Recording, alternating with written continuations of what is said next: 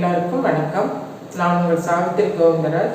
பாவை food channel மூலமாக உங்களை சந்திக்கிறதில் மிக்க மகிழ்ச்சி. என்னுடைய சேனலை சப்ஸ்கிரைப் செய்து கொடுத்த எல்லாருக்கும் ரொம்ப நன்றி.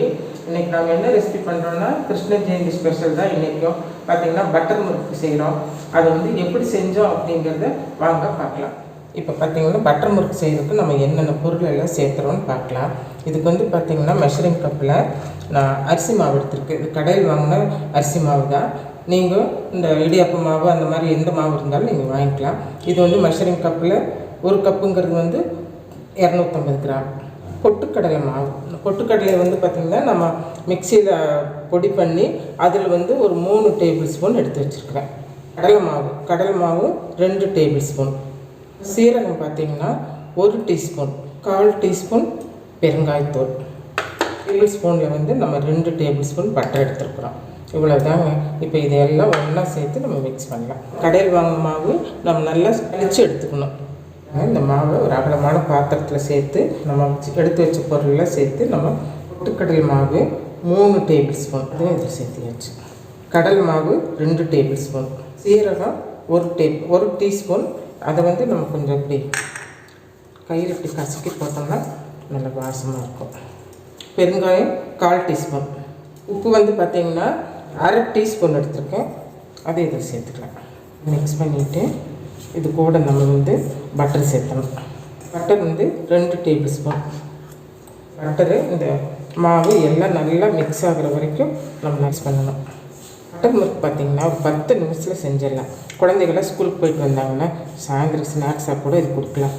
கொஞ்சம் கொஞ்சமாக தண்ணி சேர்த்து தான் நம்ம பிசையணும். ஒன்றா ஊற்றிடக்கூடாது. பாருங்கள், மாவு நல்லா பிசைஞ்சாச்சு. நமக்கு இந்த மாதிரி பதத்தில் பிசைஞ்சுக்கணும். அப்போ தான் புளியறதுக்கு நமக்கு ஈஸியாக இருக்கும். மாவு ரெடி ஆகிடுச்சு. இனி நம்ம முறுக்கு குழலில் போட்டு முறுக்கு செய்யலாம். எப்படி செய்யறதுன்னு பார்க்கலாம். இதுக்கு பார்த்திங்கன்னா இந்த மாதிரி குழல் தான் எடுத்திருக்கேன். நீங்கள் உங்கள் வீட்டில் என்ன இருக்கோ அதை எடுத்துக்கோங்க. இப்போ இதுக்கு பார்த்திங்கன்னா கொஞ்சம் ஆயில் நம்ம தேய்ச்சிக்கணும். அப்போ தான் புளியறதுக்கு கொஞ்சம் ஈஸியாக இருக்கும். இந்த மாதிரி ஸ்டார் வச்சு எடுத்துக்கோங்க. இருக்கு இல்லைங்களா, அதுக்கும் நம்ம கொஞ்சம் ஆயில் போட்டுக்கணும். அப்போ தான் புளியறதுக்கு நமக்கு கொஞ்சம் ஈஸியாக இருக்கும். இந்த மாவு நம்ம இதில் சேர்த்துக்கலாம்.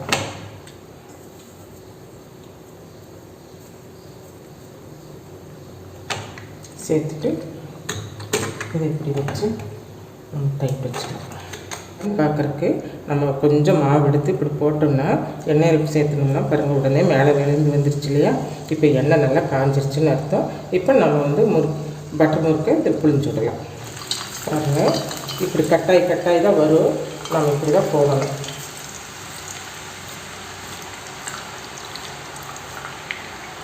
நம்ம முறுக்கு புழிஞ்சு விட்டுட்டுங்க. மீடியம் ஃப்ளேமில் தான் வச்சு, மீடியத்துக்கும் கம்மியாக தான் வச்சுக்கணும் நம்ம. அப்புறம் இந்த எண்ணெய் பார்த்திங்கன்னா இப்படி நுரைச்சி வருது இல்லையா, இந்த எண்ணெய் கொஞ்சம் அடங்கினது நம்ம திருப்பி போட்டால் போதும். நம்ம இதெல்லாம் திருப்பி போட்டுக்கலாம்.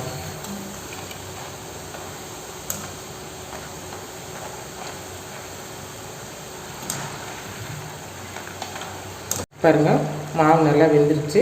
இந்த சத்தமும் கொஞ்சம் அடங்கிருச்சு பாருங்கள். இப்போ இந்த ஸ்டேஜில் நம்ம எடுத்துடலாம். எண்ணெய் சத்தமும் அடங்கிடுச்சு. இப்போ இந்த சமயத்தில் நம்ம எடுத்துடலாம். பாருங்கள், பட்டர் முறுக்கு ரெடி ஆகிடுச்சு. ரொம்ப சூப்பராக வந்திருக்குது.